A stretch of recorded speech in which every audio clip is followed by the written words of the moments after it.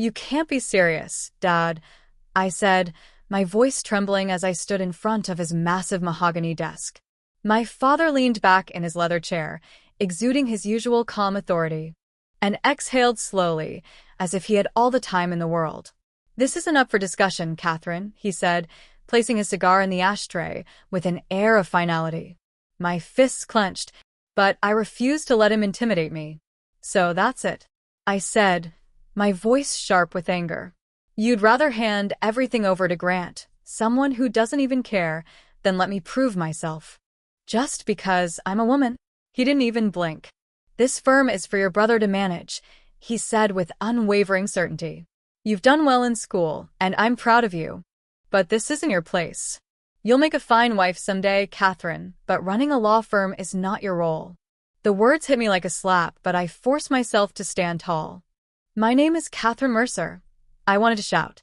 Instead, I kept my voice steady. I'm 26 years old, a Harvard-educated lawyer, and your daughter. I've spent my entire life proving myself, debating my way to the top, graduating with honors, because I believed I could follow in your footsteps. But standing here in your office, I see it doesn't matter. You don't see me as capable, no matter what I've achieved. The weight of the leather-bound books, the heavy oak furniture, and the smell of cigars made the moment feel suffocating. But I refused to back down. I locked eyes with him. Grant doesn't care about this firm, Dad. He's reckless. He barely passed community college. You know as well as I do that he has no idea how to run this business. My father's expression didn't change, his silence saying more than words ever could. To him, my gender outweighed my confidence, and that realization stung more than any insult ever could. My father let out a weary sigh, rubbing his temple as though I was the unreasonable one in this conversation. Grant will learn, he said, his tone dismissive but resolute. He's my son, Catherine. It's his birthright to take over Mercer and Associates. And you, he paused, his voice softening just enough to be patronizing. You have other options. A future that doesn't involve the stress of running a firm. I'm protecting you. A bitter laugh escaped before I could stop it. Protecting me? I echoed, shaking my head in disbelief. You're not protecting me, Dad. You're holding me back. I've earned this. I've worked harder than anyone else, including Grant, and you know it. But you won't give me a chance because you're too stuck in your old-fashioned ways to see what I'm capable of. His jaw tightened, and I saw the flicker of anger in his eyes. That's enough, Catherine, he said sharply, his tone like a door slamming shut. This discussion is over. Fury and frustration boiled inside me as I turned and stormed out of his office, my heels clicking loudly against the polished marble floors. Every step felt heavier with the weight of disappointment and anger. When I reached the parlor, I saw my mother standing quietly, arranging fresh flowers in a crystal vase. She looked up as I passed, her expression soft but weary, the way it always was when she sensed conflict brewing. Catherine, she said gently, her hands pausing over the bouquet. What's wrong? I stopped, torn between venting my frustration and brushing her off. But the words poured out anyway. He won't let me work at the firm, I said, my voice cracking with emotion. He's handing everything over to Grant and expects me to just sit back and smile about it. My mother sighed, her shoulders sagging slightly as she returned her attention to the flowers. Your father, she began, her tone hesitant, like she was carefully choosing her words. He has his ways, Catherine, but maybe it's best not to push him. He means well. I stared at her, stunned by her response. Means well? I repeated, my voice rising in disbelief. Mom, he's throwing away everything I've worked for, everything, just because I'm a woman.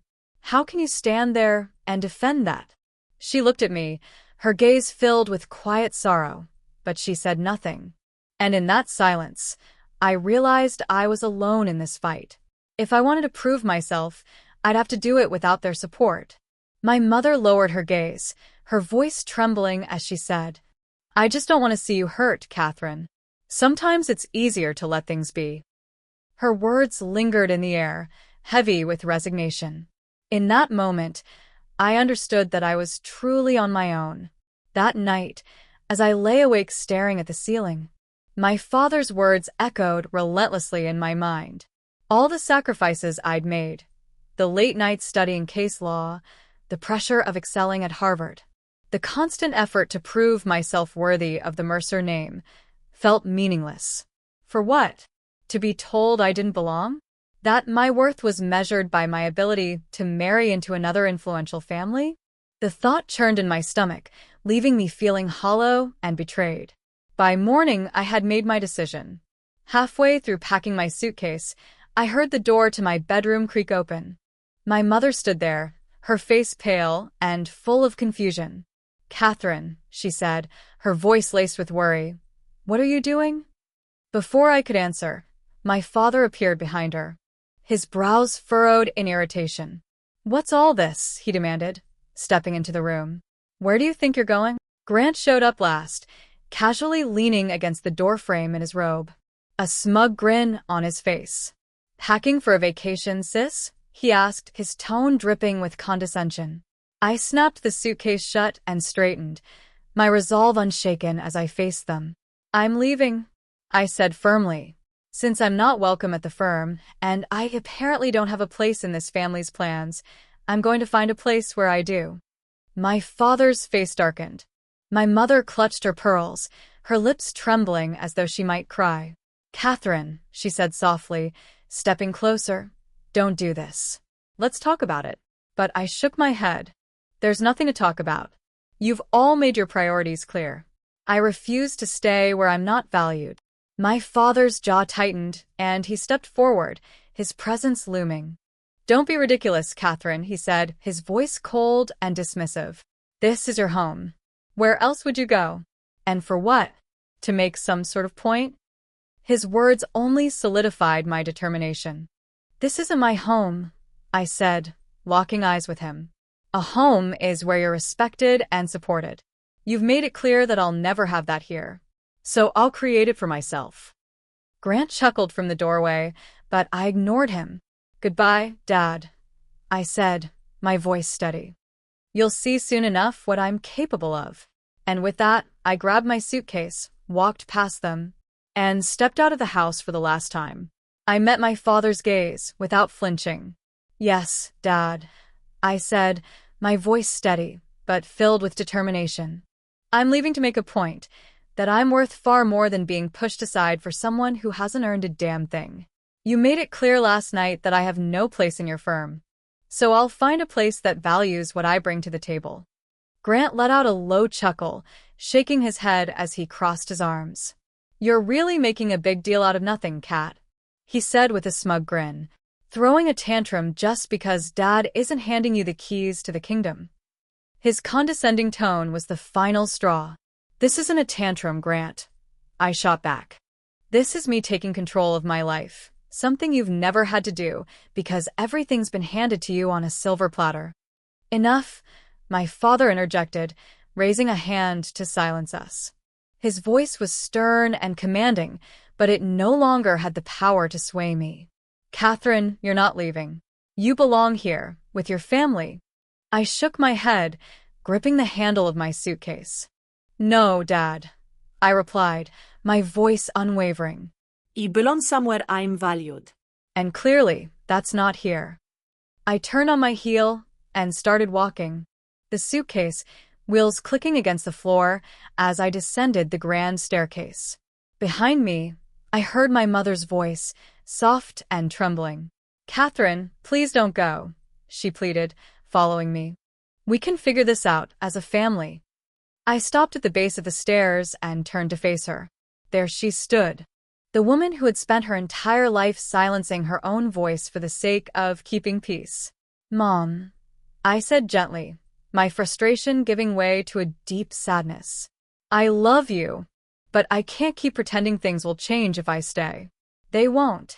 I glanced up to see my father standing rigidly at the top of the stairs, his expression unreadable, his authority cracking under the weight of my defiance.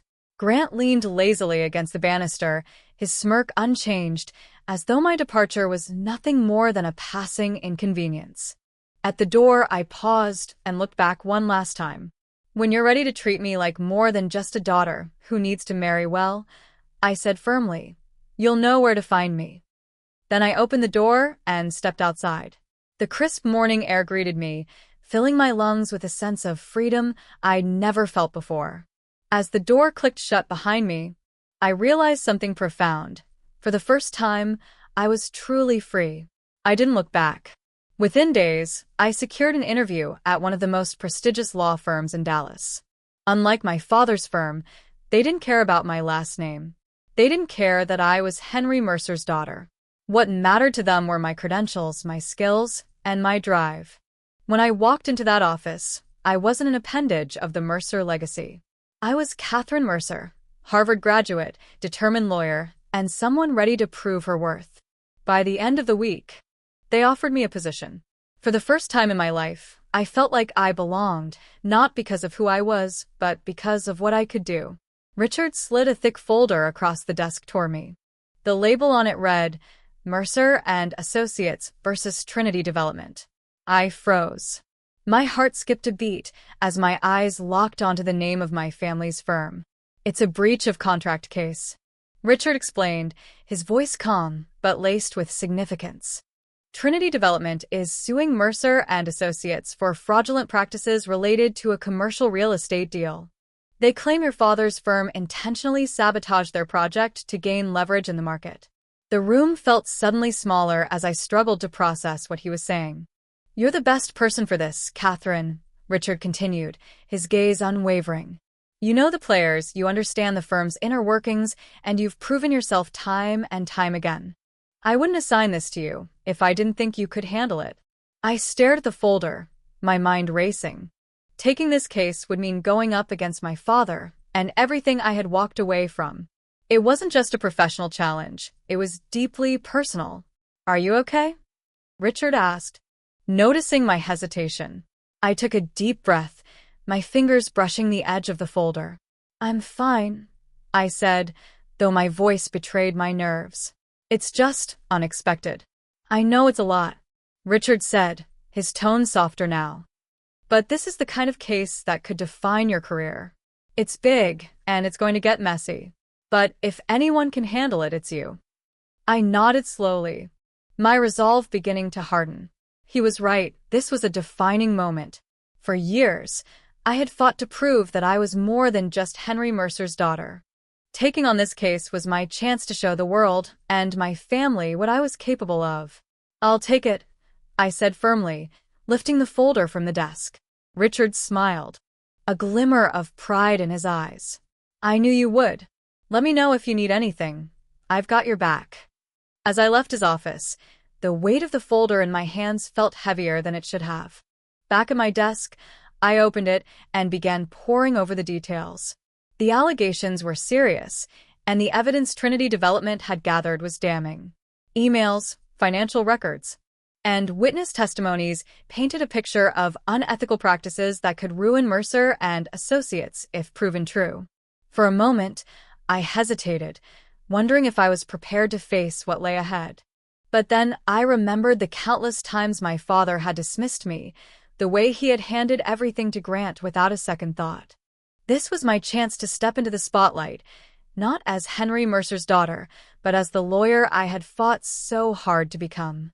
Let's do this, I whispered to myself, determination surging through me as I picked up my pen and began to strategize. As I walked out of Richard's office, the folder tucked under my arm, my mind swirled with conflicting emotions. The opportunity was monumental, a case that could make or break my career. But it wasn't just a case. It was my father, my family, and everything I had walked away from. Back at my desk, I stared at the folder unopened. Memories of my father's voice echoed in my mind. You don't belong here, Catherine. This isn't your place. The words still stung, but now, the thought of facing him in court stirred something new inside me, a mix of defiance and determination. I picked up the phone and dialed Ethan. He answered on the second ring. Hey, Kat, He said warmly. What's up? I need your advice, I said, cutting straight to the point. Richard just handed me a case against Dad's firm. There was a pause on the other end. Wow. Ethan finally said, "That's intense. What are you going to do?" "I don't know," I admitted, leaning back in my chair. "It's huge, Ethan. But it's also Dad. If I take this, it'll burn whatever fragile bridge is left between us." Ethan sighed. "Kat, let me ask you this. If you don't take the case, will you regret it? Will you look back and wonder if you missed your chance to prove yourself, not just to him, but to yourself?" His words hit home. "I don't know," I said softly. "But I do know this feels right. In a strange way. Like I have something to prove." "Then you have your answer," Ethan said. "Do what you're best at, Kat. Fight for what you believe in. Dad made his choice when he underestimated you. Now it's your turn to show him who you are." I hung up, feeling steadier. Ethan was right. This wasn't just about my father anymore. It was about my future, my chance to prove I didn't need Mercer and Associates to define my worth. By the time the day was over, I had made my decision. The next morning, I walked into Richard's office, my steps firm and deliberate. He looked up from his desk, his expression expectant. "I'll take the case," I said without hesitation. A smile broke across Richard's face. "I knew you would." He handed me the official case file. "Welcome to the team, Catherine. Let's show them what you're made of." I left his office, the weight of the decision replaced by a new sense of purpose. This was my moment, and I wasn't going to let it slip away. Mercer and Associates wouldn't know what hit them. The courtroom buzzed with whispers as people realized the connection between the two tables. Mercer versus Mercer. It was a spectacle no one had anticipated. But I wasn't there for the drama. I was there to win. Taking my seat, I opened my briefcase and began organizing my notes, ignoring the burning sensation of my father's gaze. Richard sat beside me, calm and composed, offering a quiet nod of encouragement. When the judge entered, the courtroom fell silent. Everyone rose and then sat as the proceedings began. The opposing counsel, a seasoned attorney representing Mercer and Associates, stood to make his opening statement. He spoke confidently, painting a picture of my father's firm as a beacon of integrity and professionalism, dismissing the claims of negligence as baseless. I kept my expression neutral, but inside, my determination only grew. Then it was my turn. Standing, I smoothed my skirt and approached the jury, my heart pounding but my voice steady. "Ladies and gentlemen," I began, "today we'll uncover the truth behind Mercer and Associates, a firm that, for years, has operated under the guise of prestige while engaging in practices that have harmed their clients." As I spoke, I glanced briefly at my father. His face was a mask of controlled anger, but I noticed the way his fingers tapped against the table, betraying his unease. Grant, on the other hand, shifted uncomfortably in his seat, his smug exterior cracking just slightly. Returning to my table, I felt a surge of confidence. This wasn't about them. It was about justice, about my client, and about proving I belonged here. The first witness was called, a former client of Mercer and Associates who had been wronged by their negligence. I cross-examined him with precision, dismantling the opposing counsel's attempts to discredit his testimony. As the day progressed, I found my rhythm, my confidence growing with every objection sustained and every point scored. By the time the court adjourned for the day, I could feel the shift in the room. The jury was listening, the judge was attentive, and even the opposing counsel seemed more cautious. Outside the courtroom, as I gathered my things, I heard a voice behind me. "Catherine." I turned to see my father, his expression unreadable. Grant lingered behind him, looking uneasy. "That was quite a performance in there," my father said, his tone clipped. "This isn't a performance, Dad," I replied evenly. "It's my job." He studied me for a moment, his gaze sharp but searching. Then he nodded, almost imperceptibly, before walking away. I watched him go, a mix of emotions churning inside me.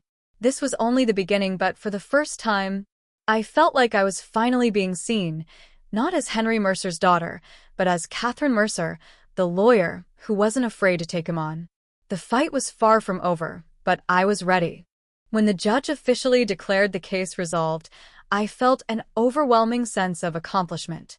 Not because I had bested my father or Grant, but because I had stood firm, upheld the law, and achieved justice for my client. As I packed up my things, I heard my father call out softly, "Catherine." I turned to face him. For a brief moment, I saw something in his eyes. Was it pride? Regret? Perhaps a mix of both. "You did well," he said, his voice low. It wasn't an apology, nor was it an admission of fault. But coming from my father, it might as well have been. "Thank you," I replied, my tone measured. "I worked hard for this." Grant slinked out of the courtroom without so much as a glance in my direction.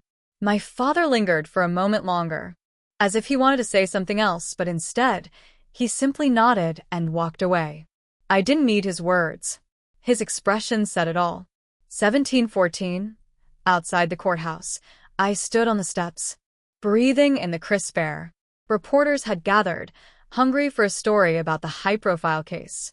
I offered a few polite, non-committal answers before stepping away, eager for some peace. Richard was waiting by the curb, his grin wide as he extended his hand. "You did it," he said, his voice filled with pride.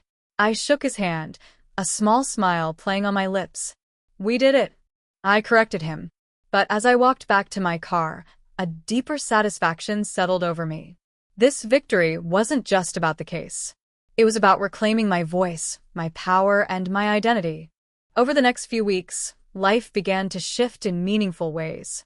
The firm recognized my growing reputation, and I was promoted to senior associate, a title I had earned entirely on my own merit. Clients began requesting me specifically, impressed by my performance in court. But the most significant change wasn't professional, it was personal. For the first time in my life, I felt free from the shadow of my family. I didn't know if my father would ever fully acknowledge the mistakes he made, or if Grant would ever grow up. But their opinions no longer defined me. I was Catherine Mercer, an attorney, a fighter, and a woman who had proven to herself and the world that she belonged. Looking out from my new office one evening, the Dallas skyline glittering in the distance, I felt a quiet pride. This was my story, and I was finally writing it on my own terms. Typically, after a court session, I would linger to wrap up with my client and exchange polite words with the opposing counsel. It was my way of maintaining professionalism, regardless of how intense the proceedings had been. But this time was different. My father and Grant had already gathered their belongings and exited the courtroom without so much as a glance in my direction.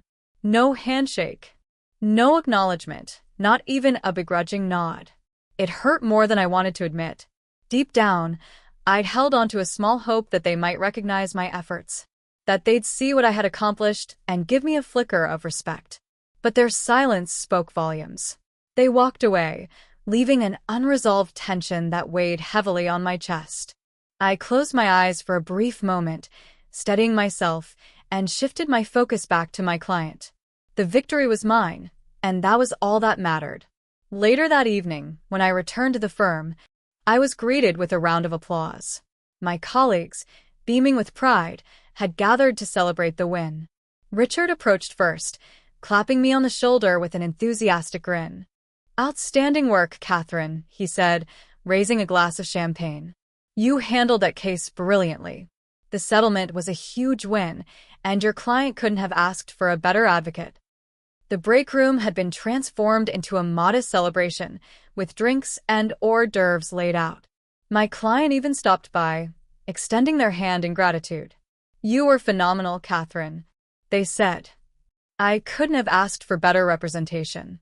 For the first time that day, I allowed myself to smile. Surrounded by people who valued my skill and determination, I felt a satisfaction that no approval from my father or Grant could match. This victory was entirely my own, and I was proud to claim it. Later that night, I sat alone in my apartment, the soft glow of the city lights spilling through the blinds as I cradled a glass of wine. The adrenaline from the courtroom had long faded, leaving behind a quiet void. Seated by the window, I let my thoughts drift back to my family, I replayed the moments from the courtroom, the way my father's expression hardened with each argument I made, the way Grant's confidence crumbled as the case slipped through his fingers.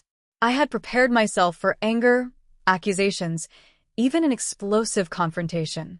But their silence at the end, that deliberate, painful absence of acknowledgement, was harder to bear than any words could have been. For years, I had dreamed of this moment. I thought proving myself would feel triumphant, that earning my father's respect would fill the void he'd left in me. But even after winning, I was left questioning if I had truly achieved anything. Did they finally see me as capable as worthy? Or was I nothing more to them than a symbol of their loss? Staring at the Dallas skyline, I wondered if the ties I had severed with them could ever be repaired, or if they even should be. The next morning, I walked into the office, greeted by the familiar hum of ringing phones and casual conversations. Before I could even settle at my desk, Richard approached me with a look that immediately caught my attention. "Catherine," he began, his voice warm but measured. "Your father is here. He's waiting in your office." I froze. "My father?" I asked, doing my best to mask the surprise in my voice. Richard nodded. "He's been here about 20 minutes. Said he needed to speak with you. Take your time, I'll handle your calls." I managed to thank him, though my heart raced as I walked down the hall. The thought of my father sitting in my office felt surreal. What could he possibly want after everything? When I opened the door to my office, there he was, Henry Mercer, sitting stiffly in the chair across from my desk. His hands were clasped tightly, and as he looked up, I noticed something in his face I hadn't seen before: uncertainty, maybe even regret. "Catherine," he said quietly, his usual commanding tone replaced by something softer. I stepped inside, closing the door behind me, unsure of where this was going. "Dad," I replied evenly. "What brings you here?" He rose slowly, straightening his suit jacket, a gesture I knew he did to steady himself when he was uneasy. "I came to talk," he said, his voice firm but measured. "To say things I should have said a long time ago." I moved to my desk, setting my bag down and folding my arms. "All right," I said, keeping my tone neutral. "I'm listening." For a moment, he glanced out the window, as if searching for the right words. Then he turned back to me, his expression serious, but tinged with vulnerability. "You were brilliant in that courtroom, Catherine," he began. "I've seen a lot of great lawyers over the years, some of the best in the field. But what you did in there was extraordinary. You were prepared, poised, and relentless. There wasn't a single doubt in anyone's mind about who was the better lawyer." His words hit me unexpectedly, but I kept my expression composed. I had spent years craving validation from him, but hearing it now, I wasn't sure what to make of it. "I've always believed that legacy meant preserving what I built," he continued, his voice carrying a weight of self-reflection. "That a son should inherit his father's work and carry it forward. That's why I pushed Grant, even when I knew deep down he wasn't ready or willing to take on the responsibility." He hesitated, his brow furrowing as he searched for the right words. "But I see now that I was wrong, Catherine." "Legacy isn't about clinging to outdated traditions. It's about recognizing strength, talent, and dedication wherever it comes from. And I should have seen that in you long before now." He ran a hand through his silver hair, letting out a deep sigh. "But I see it now, Catherine. I've been wrong, terribly wrong. You've worked harder than anyone, and you've earned everything you have. I fail to see that, and in doing so, I failed you." I blinked, momentarily unsure how to respond. This was the same man who had spent years dismissing my ambitions, urging me to settle for a life that didn't align with my dreams. Now he stood before me, admitting his mistakes. "Why now?" I asked, my voice steady, but laced with caution. "Why are you telling me this now, after everything that's happened?" He met my eyes, and for the first time in years, there was a raw honesty in his expression. "Because I saw what you're capable of," he said simply. "In that courtroom, you proved yourself in ways I never gave you the chance to. Grant isn't ready, he may never be. But you've shown you have what it takes, not just to succeed, but to lead." He took a step closer, his voice softening, almost pleading. Catherine, I'm asking you to come back. To take your rightful place at Mercer and Associates. The firm needs you. I need you. The weight of his words settled between us. For years, I had dreamed of this moment, of my father acknowledging my worth and offering me the opportunity one had worked so hard for. But now that it was happening, I wasn't sure if I wanted it. What about Grant? I asked, my tone even but pointed. What happens to him? His face tightened briefly before he nodded. Grant will remain at the firm, he admitted, but in a role that fits his abilities. This isn't about him anymore, Catherine. This is about you, about finally giving you the place you've always deserved. I took a deep breath, his words swirling in my mind. It was a lot to process, more than I could unpack in one conversation. I need time to think about this, I said at last, keeping my voice calm but resolute. This isn't a decision I can make right now. A lot has happened, and I need time to figure out what's best for me. My father nodded, his expression serious but understanding. Of course, he said, his voice quieter now. Take all the time you need. I just needed you to hear me out. As he moved toward the door, he hesitated for a moment before turning back to face me. Catherine, he said, his voice softer, almost vulnerable. I know I haven't said this enough, or maybe ever, but I'm proud of you. Watching you in that courtroom. You were better than I ever was. Better than I could have imagined. The weight of his words hit me harder than I expected. For years, I had longed to hear something like this from him. Now, as the words hung in the air, I found myself momentarily speechless. He gave me a small, hesitant smile, then turned and walked out of the office, leaving me alone with my thoughts. As I sat at my desk, his voice echoed in my mind. Better than I ever was. For so long, I'd been fighting for recognition, fighting to prove my worth, fighting for a place in a world that seemed determined to shut me out. Hearing those words, I felt a wave of emotions, pride, relief, and even a tinge of sadness for all the years we had wasted in conflict. This wasn't just about him anymore, though. This was about me. I was proud of myself, proud for standing my ground, for building my career on my terms, and for proving, even to him, that I could be everything I had always believed I was capable of. Later that night, lying in bed, I found myself staring at the ceiling, my mind swirling with thoughts about his offer. It was everything I had worked for, everything I thought I wanted. But accepting it would mean stepping back into a world that had once dismissed me, into a family dynamic filled with fractures and unspoken resentments. It would mean working alongside Grant, whose entitlement and lack of respect for the work I'd done were still fresh wounds. But staying where I was also had its challenges. My current firm had been good to me. Here, I had grown into the lawyer I'd always dreamed of becoming. But it wasn't my legacy. It wasn't Mercer and Associates, the firm I'd envisioned leading since I was a little girl. If I went back, I'd have a chance to redefine that legacy, to make the name Mercer stand for integrity, hard work, and equality. I could finally claim what I had always known was mine. I haven't made up my mind yet. The decision feels overwhelming, and the weight of it keeps me awake. But maybe you can help. What would you do in my situation? Let me know your thoughts in the comments. I'd love to hear your perspective.